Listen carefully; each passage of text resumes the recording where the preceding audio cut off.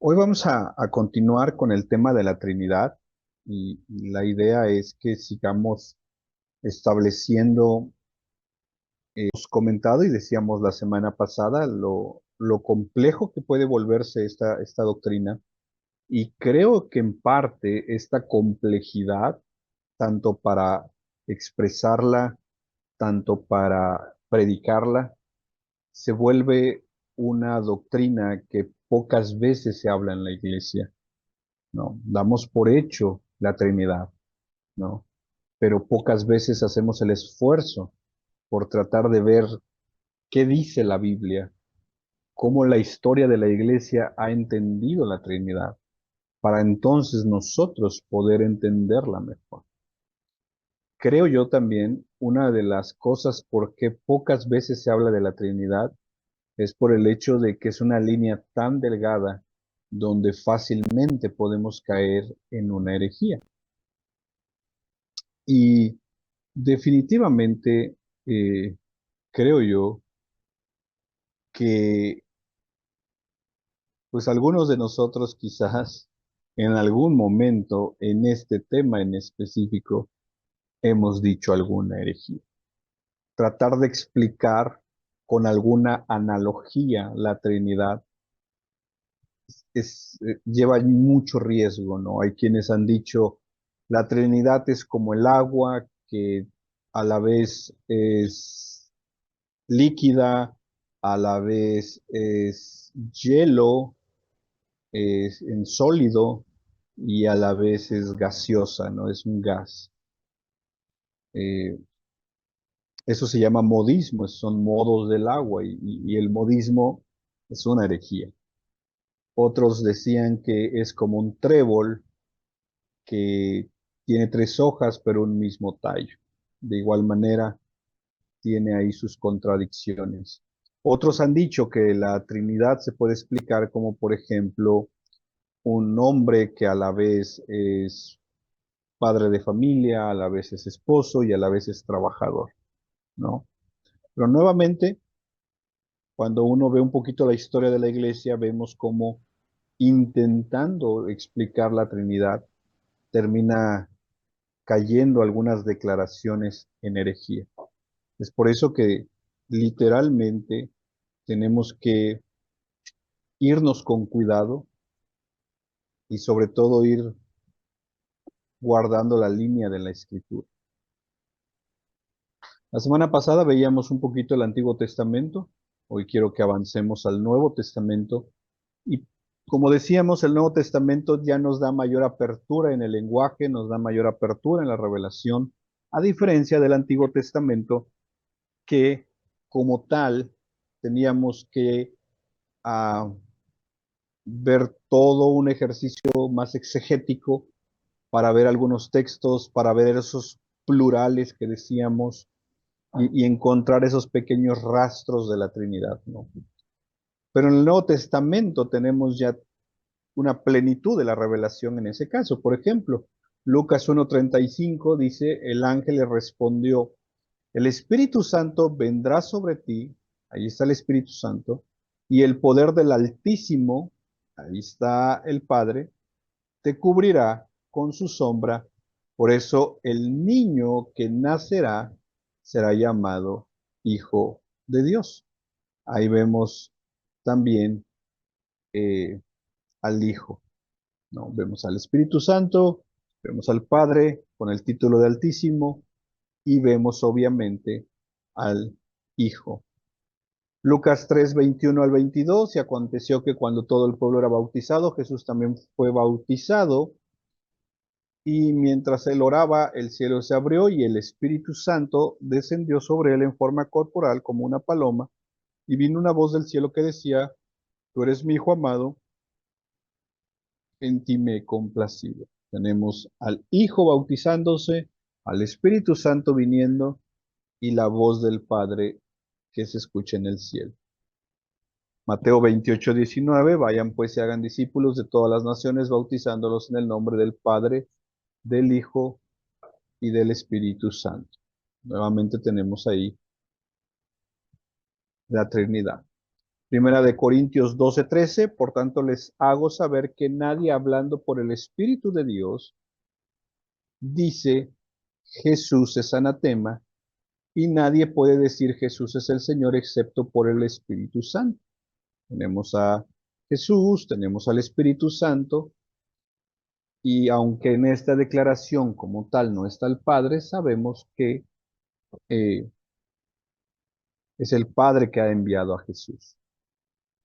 Segunda de Corintios 13:14, la gracia del Señor Jesucristo, el amor de Dios y la comunión del Espíritu Santo sea con todos ustedes. Nuevamente tenemos la Trinidad ahí.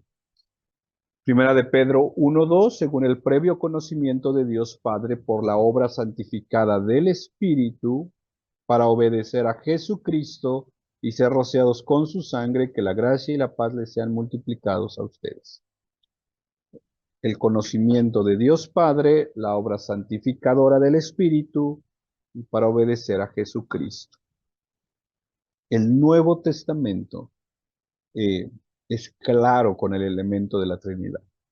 No hay mayor complicación, por así decirlo, de encontrar la Trinidad en el Nuevo Testamento. Pero veamos tres cosas: el argumento de la doctrina como tal y el término de la Trinidad, ¿no? La deidad del Hijo y la personalidad del Espíritu Santo son dos asuntos de especial importancia, de especial interés a la hora de argumentar a favor de la Trinidad. Cuando alguien te pueda preguntar, por ejemplo, ¿cómo es que nosotros podemos argumentar de la Trinidad?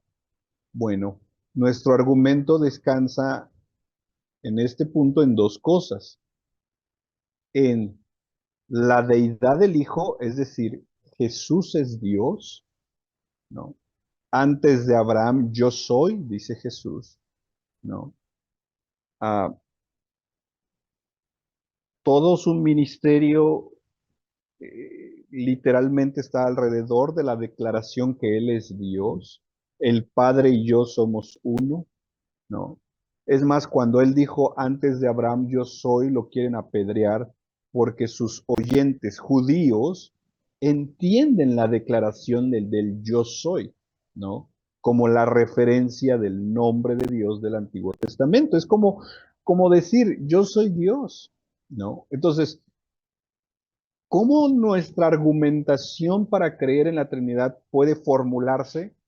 Bueno, porque en el Antiguo Testamento vemos que el Padre es Dios y vemos que el Hijo es Dios. Y con el Espíritu Santo, que obviamente también coincidimos y creemos que es Dios, pero el argumento que más va a ayudar para la formulación de nuestra doctrina en el Espíritu Santo es su personalidad. Es decir, que el Espíritu Santo son personas. Es una persona, perdón, es una persona.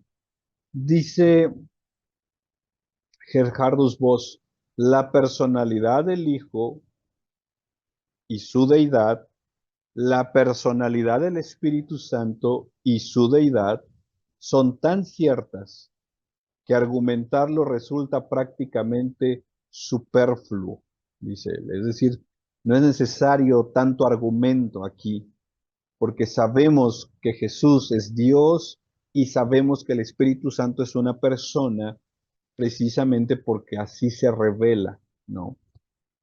De ahí que sectas que quieran concluir que el Espíritu Santo es una fuerza, no hay el argumento bíblico para sostener que el Espíritu Santo es una fuerza.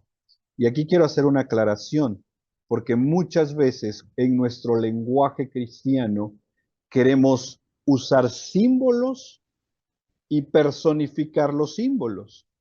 El Espíritu Santo no es aceite. El Espíritu Santo no es fuego. El Espíritu Santo no es viento.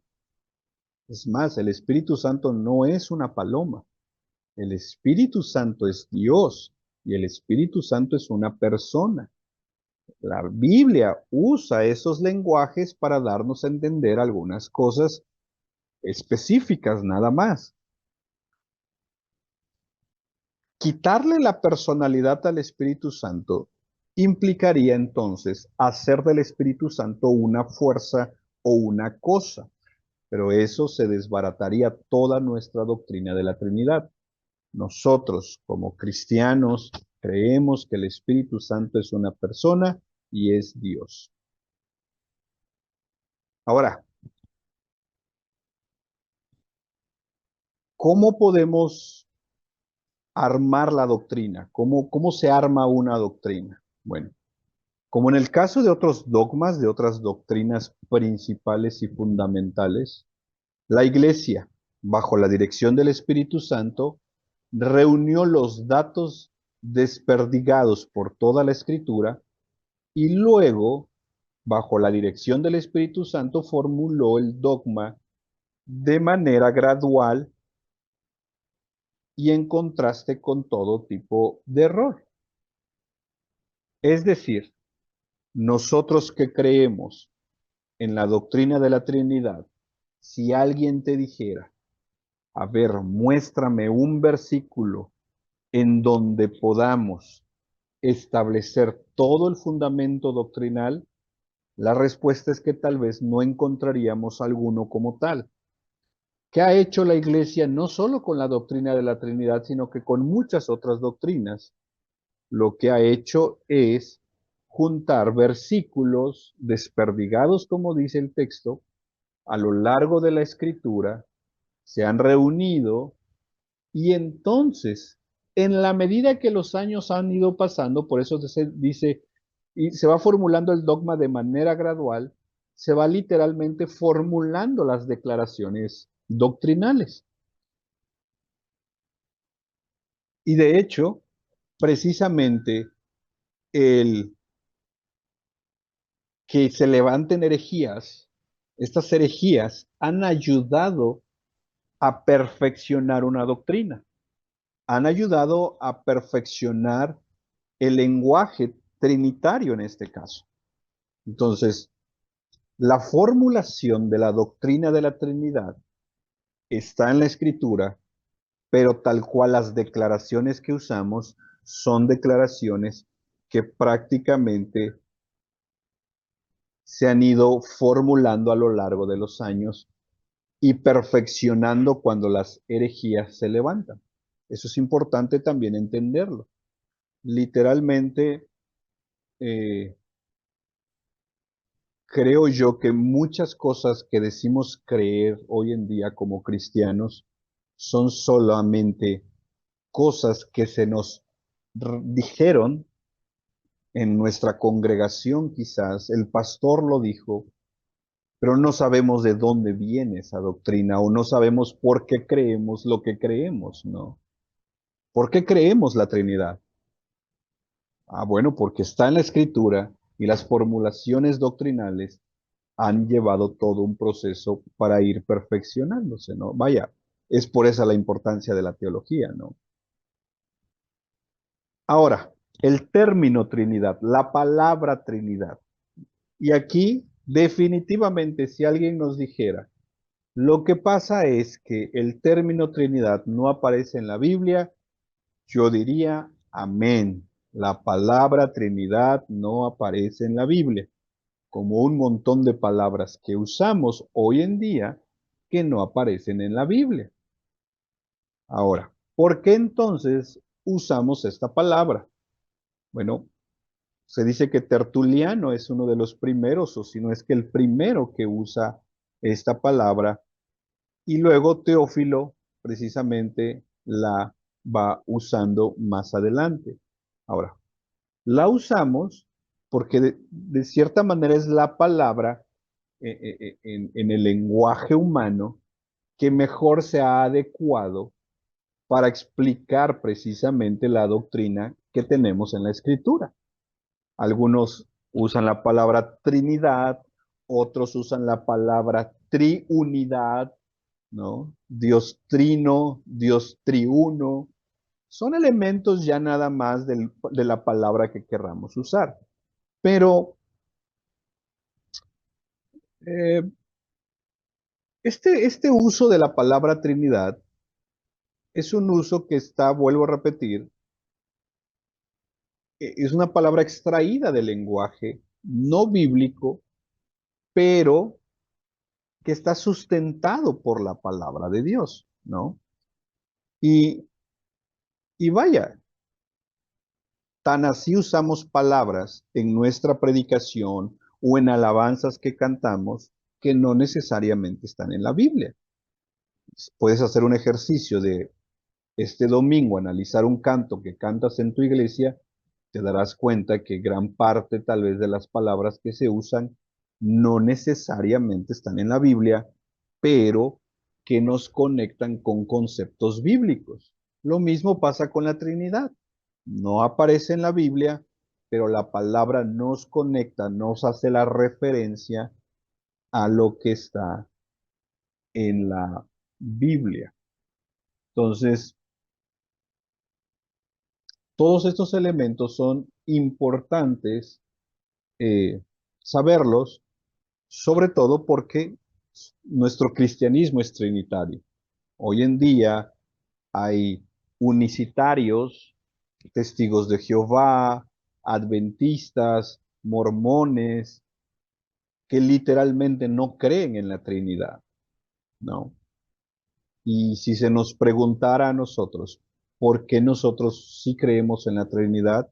Bueno, tenemos un argumento, tenemos una explicación de la doctrina y tenemos un por qué usamos ese término, esa palabra de Trinidad. Hay un porqué de todo eso, ¿no? Y eso es importante para nosotros.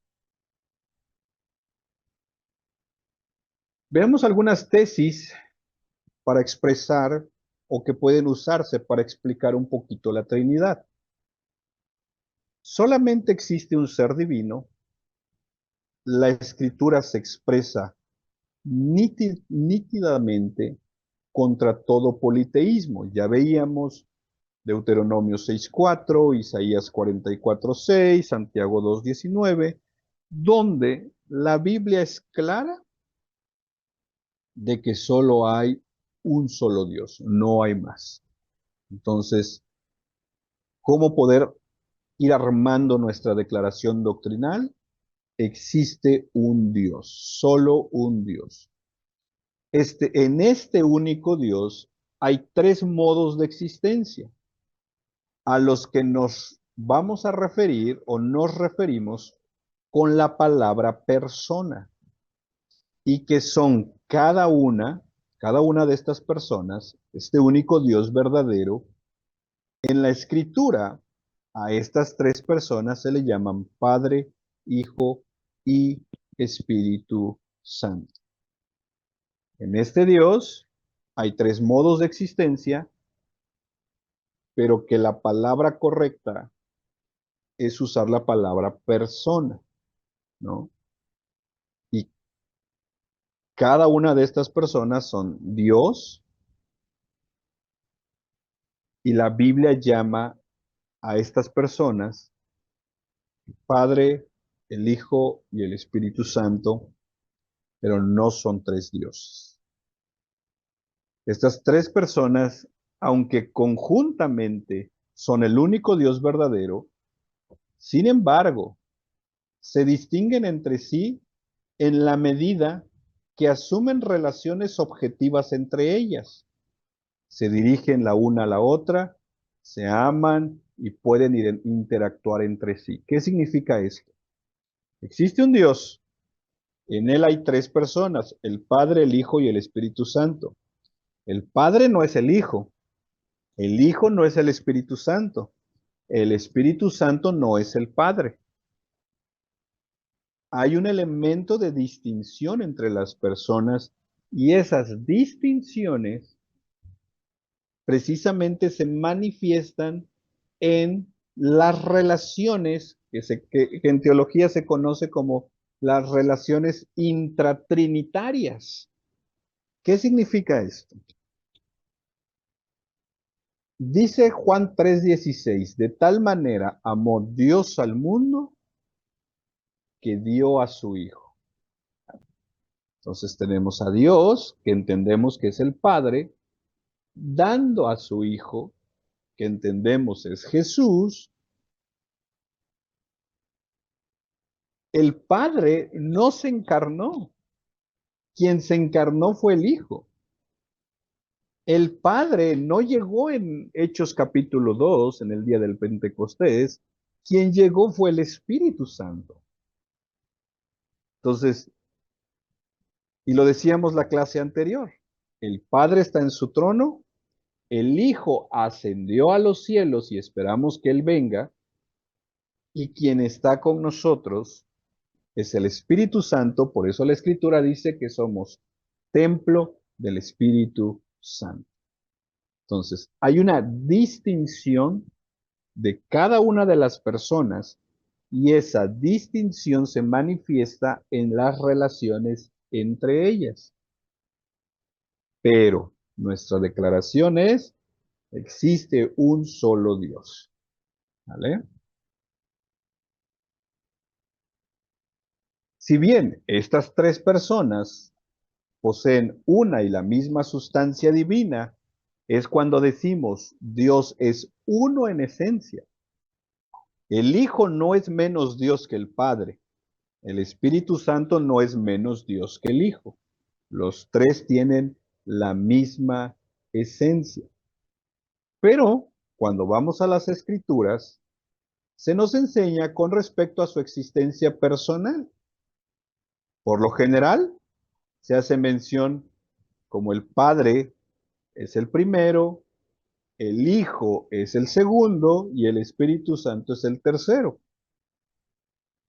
Que el Padre envía al Hijo y después el Padre y el Hijo envían al Espíritu Santo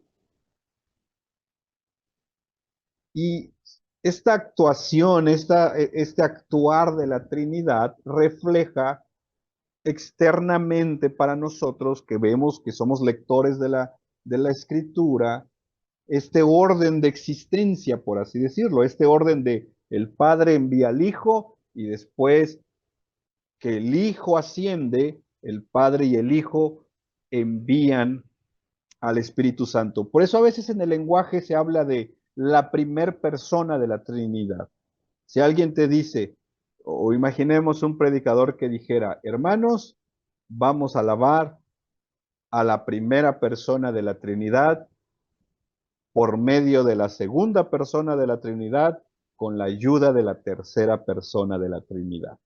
Eso de primero, segundo y tercero no se trata de lugares de importancia, no es un lugar de que uno sea más Dios que el otro, es solamente un lenguaje humano para tratar de entender las funciones de cada uno de ellos y sus relaciones intratrinitarias, ¿va? El Padre obra a través del Hijo y el Padre y el Hijo obran a través del Espíritu Santo. Jesucristo dijo, yo hablo las palabras de mi Padre. Y también él dijo, el Espíritu Santo que venga les recordará mis palabras, hablará de mí, ¿no? Entonces ven estas conexiones, esta relación intratrinitaria, ¿no? El Padre, el Hijo y el Espíritu Santo. Ahora, en teología se habla de una subordinación en cuanto a la forma personal de existir y la manera de obrar, lo que les estoy explicando. Pero aquí es importante entender que ninguna subordinación es con respecto a la posesión de la única sustancia divina. Nuevamente, cuando en teología se habla de una subordinación, decimos, el Padre envió al Hijo porque el Hijo está subordinado al Padre, y luego ellos envían al Espíritu Santo porque el Espíritu Santo está subordinado a ellos, pero esa subordinación solamente es en las funciones de las personas de la Trinidad, en las relaciones intratrinitarias, no en su sustancia, en su esencia divina. El Padre no es mayor que el Hijo, ni el Hijo es mayor que el Espíritu Santo. El Padre es Dios, el Hijo es Dios y el Espíritu Santo es Dios. Tenemos que entender este lenguaje, y es un lenguaje que lo vemos en la Biblia. No estamos aquí simplemente armando todo esto, sino porque es el lenguaje bíblico. Y ahorita que cerremos, quiero hacer nada más una anotación más a esto. Veamos el trinitarismo de Bavinck. Creo que Bavinck nos ayuda a entender también cómo acercarnos a la doctrina de la Trinidad.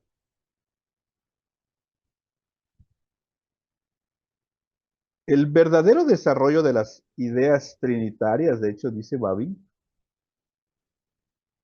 no aparecen como tal, como decíamos también, en el Antiguo Testamento. Se encuentran, como veíamos hoy, en el Nuevo Testamento. ¿Y dónde lo empezamos a ver? En la encarnación del Hijo, ¿no? Cuando Jesucristo es encarnado. Y vemos al Espíritu Santo mayormente, aunque lo vemos un poquito en los Evangelios, pero lo vemos en Hechos capítulo 2, ¿no? El único Dios verdadero se revela como Padre, se revela como Hijo y se revela como Espíritu Santo. El Padre, que lleva este nombre en relación con el Hijo y con nosotros sus hijos, aquel a que se le puede llamar Padre es también el creador de todas las cosas, ¿no? La primera persona de la Trinidad. El Hijo, Jesucristo, que lleva este nombre, especialmente debido a su relación totalmente única con Dios, es idéntico al Logos de Juan capítulo 1, por el medio del cual el Padre creó todas las cosas y sustenta todas las cosas. Y el Espíritu Santo, que recibe su nombre, especialmente teniendo en cuenta su obra en la iglesia, cuando viene en Hechos 2, es el mismo Espíritu que junto con el Padre y el Hijo embellece y completa todas las cosas en la creación. De ahí, este Elohim de Génesis, donde tenemos al Padre, al Hijo y al Espíritu Santo. Este hagamos al hombre, ¿no? Ese plural que está ahí antes de toda la creación, es la Trinidad, que después ya la vamos viendo desarrollándose en sus funciones. Berkov también nos ayuda un poquito a entender eh, este lenguaje trinitario. Él nos dice, si en el Antiguo Testamento Jehová está representado como el Redentor y el Salvador de su pueblo, en el Nuevo Testamento es el Hijo, es decir, Cristo, claramente quien se destaca como el Salvador, ¿no? En el Antiguo Testamento es el Padre el Salvador del pueblo, es el que está salvando al pueblo, pero en el Nuevo Testamento es el Hijo el Salvador. Si en el Antiguo Testamento es Jehová, es Dios que mora en medio de Israel, en el tabernáculo y en el corazón del pueblo, de los que lo temen, de los que le temen. En el Nuevo Testamento, quien mora en cada creyente, perdón, es el Espíritu Santo. Ya no es el Padre. Ahora es el Espíritu Santo es el que mora en cada creyente.